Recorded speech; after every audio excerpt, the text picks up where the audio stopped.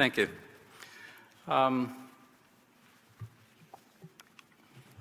As Chris has said, and a number of people have said today, that there's an increasing realization that globally, the mass slaughter of animals is totally unacceptable. We've seen that in the UK with the burning pyres, and now in South Korea with some of the techniques there to deal with some of the depopulation. With today's accounts, Twitter accounts, these things get known very, very quickly. And so I know that with CFIA, we would have people in protesting very, very quickly if we looked at some of those things. The other issue is that some of our herds are very, very large. Our feedlots, some of them are approaching 100,000 animals. I know in the U.S. there's an 85,000 cow dairy going in. So the depopulation of those facilities presents not only challenges in getting the job done, but also where do you put them.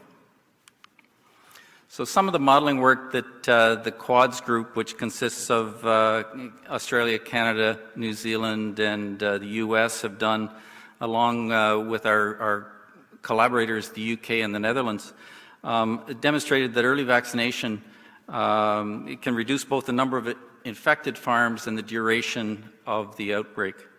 The inclusion of this early vaccination into our response programs has raised the question among some of the countries of the Quads group, do we have enough vaccine for these large outbreaks?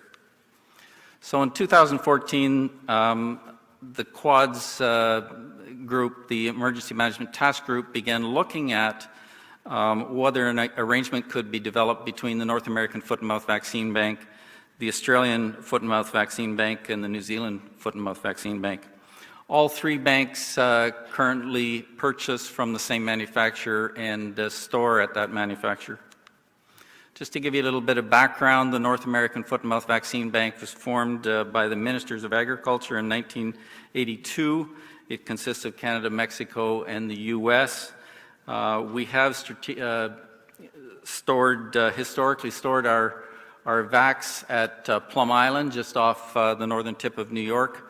But 2 years ago, we made a decision to begin moving our storage from Plum Island to back to the manufacturer. And one of the reasons was that Plum Island is going to be closing, and we would have to move our storage location to Manhattan, Kansas, which creates a lot of logistic problems in getting it back to the manufacturer to finish. So the other two partners in this agreement are the Vaccine Bank of Australia, which is managed by the Australian Animal Health Council Limited. It's a not-for-profit company that includes both the Commonwealth, the states, and about 16 participating stakeholders. New Zealand Ministry for Primary Resources owns and also manages the New Zealand Bank.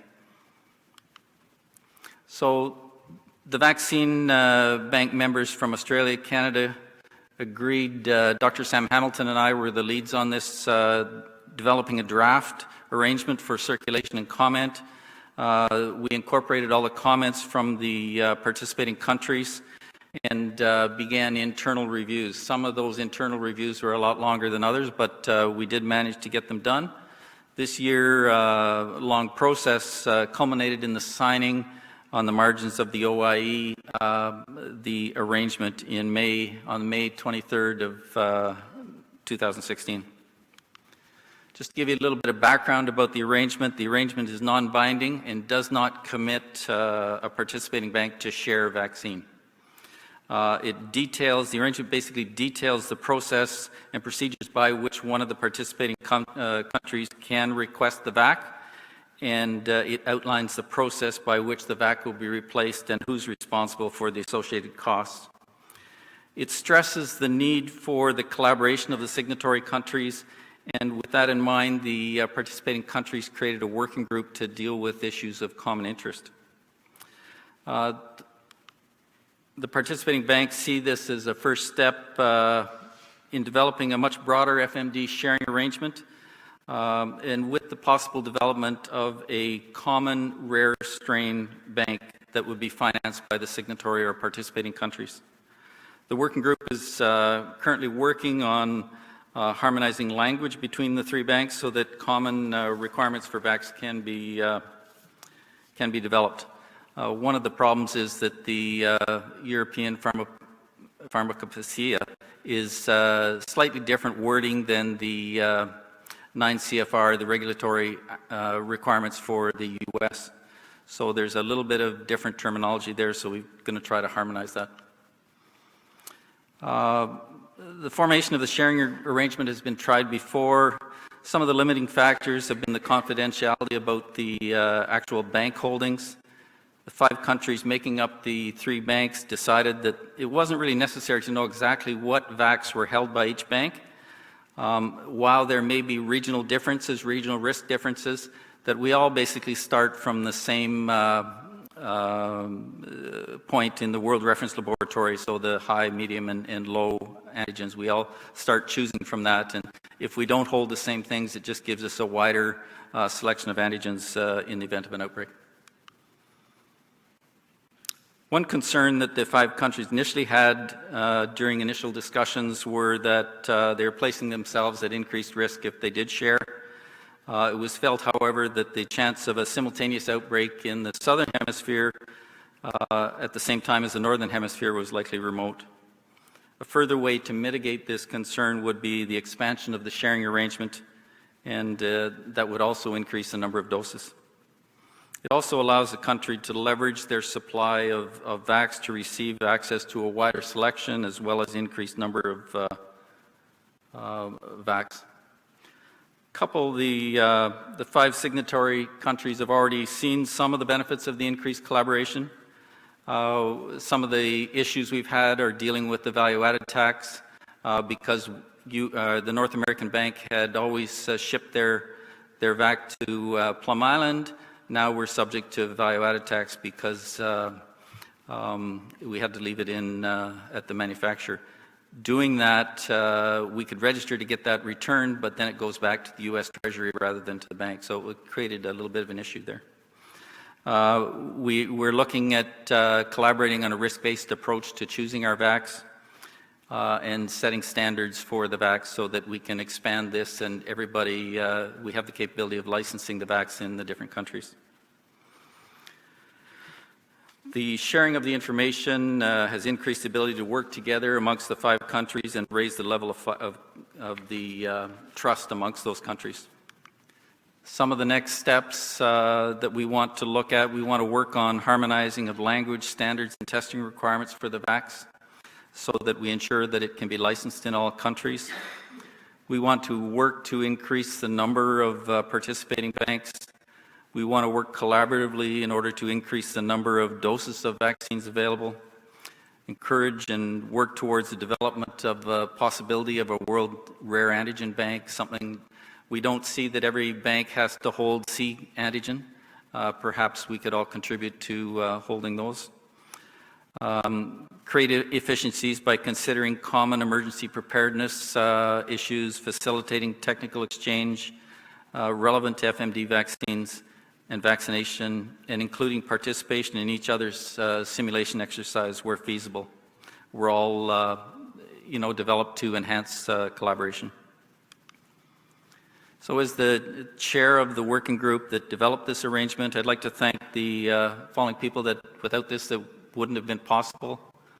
Dr. Sam Hamilton and Dr. Jen Davis from Australia, Dr. Maria Del Rocio Rees, Dr. Juan Carlos Merin, and Dr. Igor Romero from Mexico, Andre Van Halleren from the New Zealand Ministry for Primary Resources, and Dr. Daryl Stiles, Dr. Harold Duke, and Michael David from the United States Department of Agriculture. Thank you.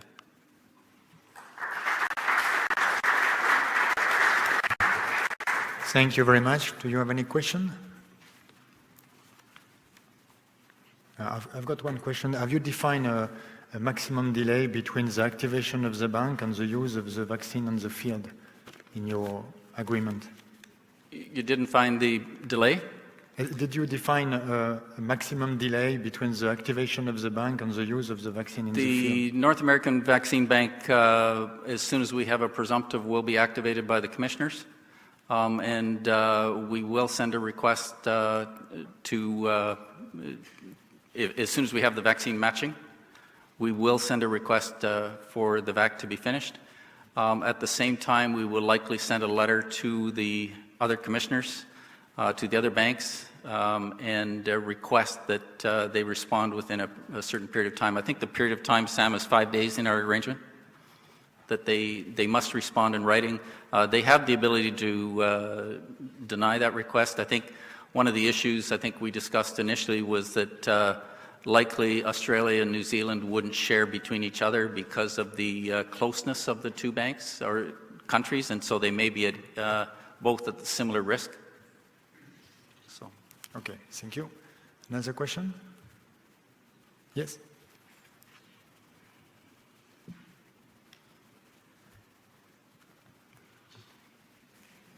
Do you mean ready-for-use vaccines or antigen that will be formulated as a vaccine? And None of us store any ready-to-use vaccine. It's all vaccine antigen concentrate, and we rotate that stockpile every 5 years. And you're planning to use aluminum hydroxide or oil adjuvant? So we're planning aluminum hydroxide or, as adjuvant. What you're going to use? I'm not sure I understand. Oil vaccine? Yes, sorry. Yeah, we're planning on using oil antigen adjuvanted vaccine. Sorry. Yes. The European Union, the European Pharmacopoeia has got an emergency release process where antigen vaccine can be released within a matter of days without final sterility testing. I don't know, is there something like that in the USDA and 9 CFR, or do you have an emergency release mechanism? There are regulations on what and certain definitions within that 9 CFR. And so that's what we have to just talk about so that we're all on the same page, so that the definitions we know what each other's talking about. So that's one of the things we just want to do, first of all, is just define the glossary. Make sure we're all talking about the same thing, and then set standards from that on, what exactly we want. I think Medayel pretty well manufactures the same thing, but we have some increased testing requirements at the North American Foot-and-Mouth Vaccine Bank as opposed to others. And so what are the minimum requirements that our licensing bodies will require? Okay, no more question? No? Okay, so thank you very much again. Thank you. Good afternoon, everybody. It's a pleasure to